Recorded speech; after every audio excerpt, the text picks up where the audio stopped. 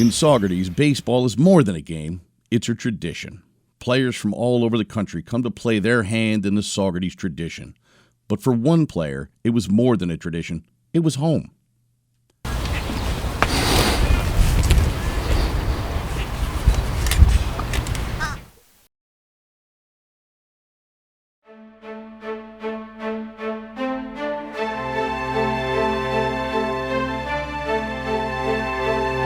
Ethan Conrad goes deep. Conrad blasts it. A two-run double by Ethan Conrad to Wake Forest the lead.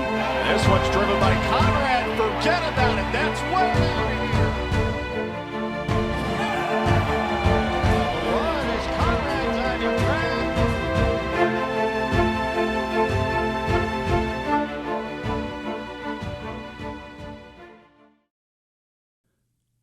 Before the crowds and before the success, there was just a boy and a bat. For Ethan, it all started at home. I grew up kind of like 2 minutes from the field, so always just playing here growing up. It was super special to, meet everyone in the town and just get a bunch of good knowledge passed down to me and kind of taught me really what I need to do in order to grow, so it's been awesome. When baseball became a passion and a priority, the love and support grew. And in Saugerties, you never have to go far to find someone who has been there since the beginning. I knew of Ethan when he was 9 and 10 years old. He was like a 10-year-old hitting home runs, and those kinds of things. So watching him in All-Stars, kind of knew who he was. He actually attended his first like official off-season workout. I remember contacting his dad and said he could come when he was in 6th grade. And I remember he picked the ball in the gym floor, and all the older kids got like really happy. Like he picked the ball up. It was pretty surreal. Like he made varsity as a freshman, and we were so proud of that. And we weren't sure how much he was going to play. And Coach Pug, gave him a shot in the first game, and he had a great first game. His first game, he hit 3 doubles. He hit one to right center, and then went backside on 2 more, and almost went out. As a 9th grader, he's batting 5th for us. I see him next year. We had a really good team his sophomore year. We had 2 very good seniors, 2 decorated seniors. I think we would have really went on a run. He would have probably been a 3-hitter, those kind of things. We made it 4 days and got shut down for COVID. The COVID year stunk because that was going to be a really good year for the Saugerties program. Like we were really going to do something special that year, and then COVID took it all away. When we ended his freshman year, this is the next guy, and he wound up playing 1 shortened season after that. And so I want everyone to know how sacred these moments can be. He kind of helps, because when you bring him up, people are going to start listening. He kind of helps facilitate that theme of you have to win now, you have to live in today and do the best you can right now, because nothing is for granted. When Ethan was recruited out of high school, a lot of the schools that recruited him wanted him to pitch. Ethan's a good pitcher. He's a 6'4" lefty, and he's a good pitcher. So a lot of schools that recruited him wanted him to pitch, and he didn't want to pitch in college. He wanted to hit and play the field. So, Marist and maybe 1 or 2 other schools were the only ones that were going to let him do that. Conrad's collegiate career began at Marist, and to no surprise, it didn't take long for him to get going. His first hit, it was a late Saturday night. I remember watching with Coach Gramalia, and he was at USC, and he hit a triple down the right field line. I remember texting his mom, like, here he is. His first at-bat in college. Our first baseman at the time, we were playing our backup second baseman as a DH. First baseman, first pitch he saw, broke his finger. He came right off the bench. I told him to get ready to go. First at-bat, 2 strikes backside, Oppo triple down the line. And I think the legend was born right there in Los Angeles, California that night. Like my time at Marist was super special to me. I was able to go in there as a freshman and play right away and compete for a spot, and then ended up not sitting my freshman year.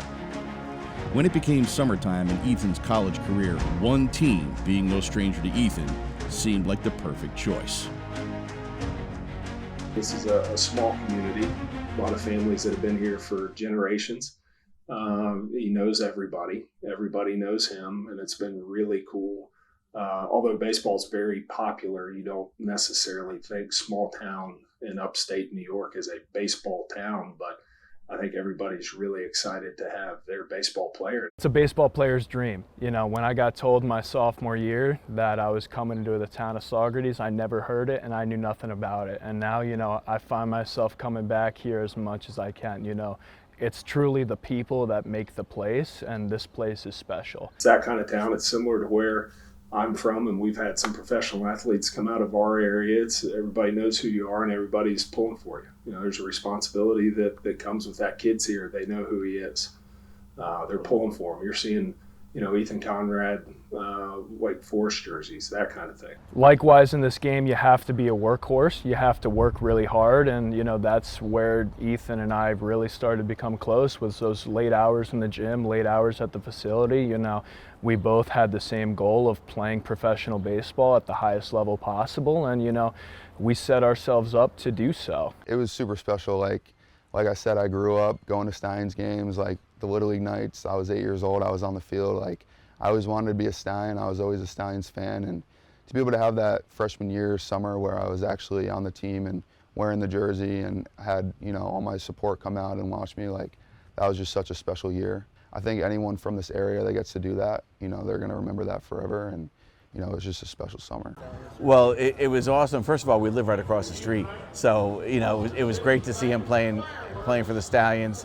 He wanted to play for them ever since he was young, and he finally got that opportunity for a full season and then half the next season. Ethan spent 2 summers with the Stallions, with one leading to a promotion to the Cape. The local legend left a legacy with this team that will never be forgotten. Cape Cod's something I've wanted to go to ever since I knew it was a thing. I think it's a very special league. There's a lot of talent that's been through that league, and to be able to go down there last summer was just super special. When he found out he was going to the Cape, he was very excited because he's always wanted to play there. But in the back of your head, that's the best players in college baseball, and you wonder if you belong there. You wonder if you're going to play well.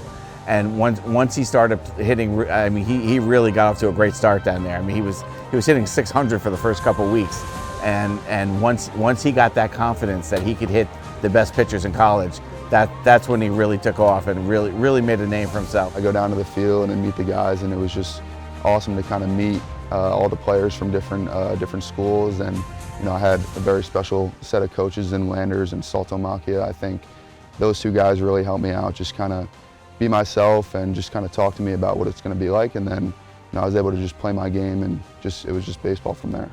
In the summer of '24, the display of domination showed true with Conrad, hitting .469 with the Stallions, .385 in the Cape, along with being named the Cape All-Star Game MVP.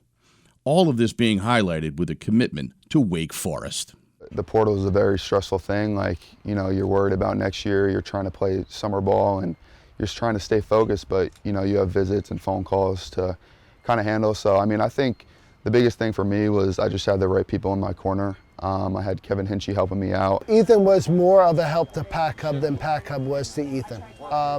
Ethan was really a gem, and we helped guide him, and we were lucky to have him. And we worked in unison to make him go to Wake Forest. It made it really simple to just kind of think of what I wanted for the future, and I went on a few visits, and then ultimately I decided that Wake Forest was going to be the spot for me, and I think it was a great decision just to continue my development and just continue with my career. In just 21 games at Wake Forest, with his season being cut short due to injury, Ethan hit .372 with 7 home runs and 27 RBIs. Leading to a nomination as contender for the Golden Spikes Award, proving himself as one of the best players in the country. The biggest thing for me was just to kind of be where my feet are and just attack rehab. And the first few weeks were super tough. You can't really move it at all. But once I was able to get going with rehab, it was pretty simple.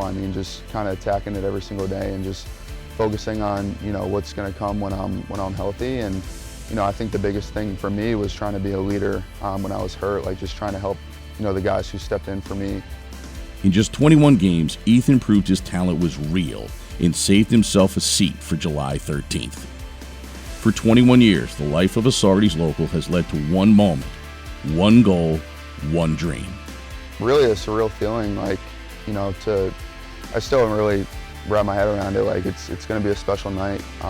Stallions have a game, and we're going to be up here just waiting for the call, and I think it's going to be a special night for everyone involved. Me, my family, friends, and just all my coaches who have helped me throughout this journey. It's really going to see it. They're going to see it come to fruition, and it's going to be a special night. For years, you imagined this moment, a call that means everything, not just a number lighting up on your phone, but a lifetime of work answering back. On the field, like, I'm going to do everything I can to get, to the top, but I think the biggest thing is just being able to deal with adversity and, going to a smaller school and being able to work hard and do good and get to a better school, and then, dealing with injuries and coming back stronger. I think the biggest thing is just, if I struggle, like, I'm going to battle through it and come back. So I think they're just getting a good player all around. For years, you imagined this moment, a call that means everything. Not just a number lighting up on your phone, but a lifetime of work answering back. And just like that, the dream becomes real. With the 17th pick of the 2025 MLB Draft, the Chicago Cubs select Ethan Conrad.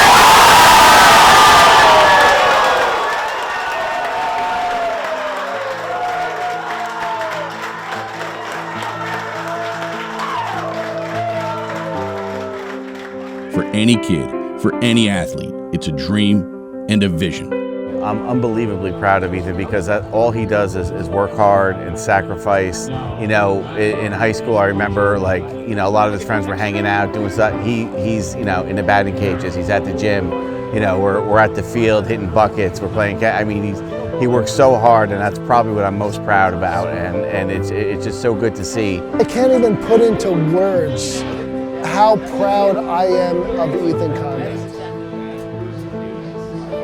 He's leaned on me for a long time, and for us to get to the finish line where we are right now is incredible. For Ethan Conrad, it was always this.